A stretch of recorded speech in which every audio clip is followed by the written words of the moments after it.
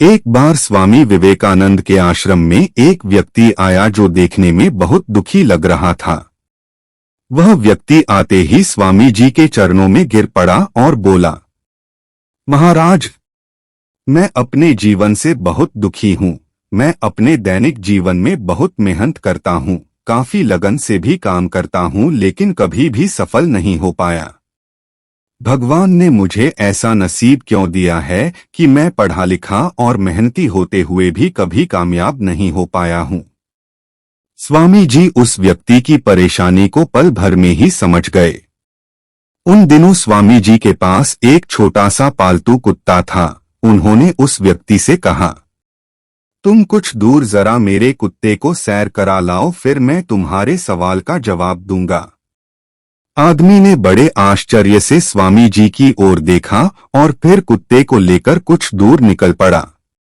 काफी देर तक अच्छी खासी सैर कराकर जब वह व्यक्ति वापस स्वामी जी के पास पहुंचा तो स्वामी जी ने देखा कि उस व्यक्ति का चेहरा अभी भी चमक रहा था, जबकि कुत्ता हांफ रहा था और बहुत थका हुआ लग रहा था।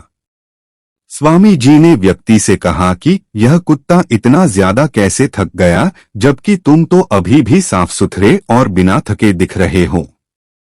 तो व्यक्ति ने कहा, मैं तो सीधा साधा अपने रास्ते पर चल रहा था, लेकिन यह कुत्ता गली के सारे कुत्तों के पीछे भाग रहा था और लड़कर फिर वापस मेरे पास आ जाता था। हम दोनों ने एक समान रास्ता तय किया है, लेकिन फिर भी इस कुत्ते ने मेरे से कहीं ज्यादा दौड़ लगाई है, इसलिए यह थक गया है। स्वामी जी ने मुस्कुराकर कहा, यही तुम्हारे सभी प्रश्नों का जवाब है।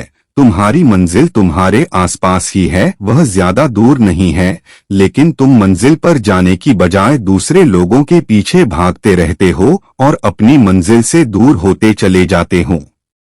मित्रों, यही बात लगभग हम सब पर लागू होती है। प्रायः अधिकांश लोग हमेशा दूसरों की गलतियों की निंदा चर्चा करने, दूसरों की सफलता से ईर्ष्या द्वेष करने और अपने अल्प ज्ञान को बढ़ाने का प्रयास करने के बजाय अहंकारग्रस्त होकर दूसरों पर रौब झाड़ने में ही रह जाते हैं। अंततः इसी सोच की वजह से हम अपना बहुमूल्य समय और क्षमता दोनों खो बैठते हैं और जीवन एक संघर्ष मात्र बनकर रह जाता है। सबक यह है कि दूसरों की होड़ मत कीजिए और अपनी मंजिल खुद बनाइए। तो दोस्तों, ये प्रेरणादायक कहानी आप सभी को कैसी लगी हमें कमेंट में जरूर बताइएगा और अपने सभी दोस्तों के साथ भी शेयर करना ना भूलिएगा। धन्यवाद।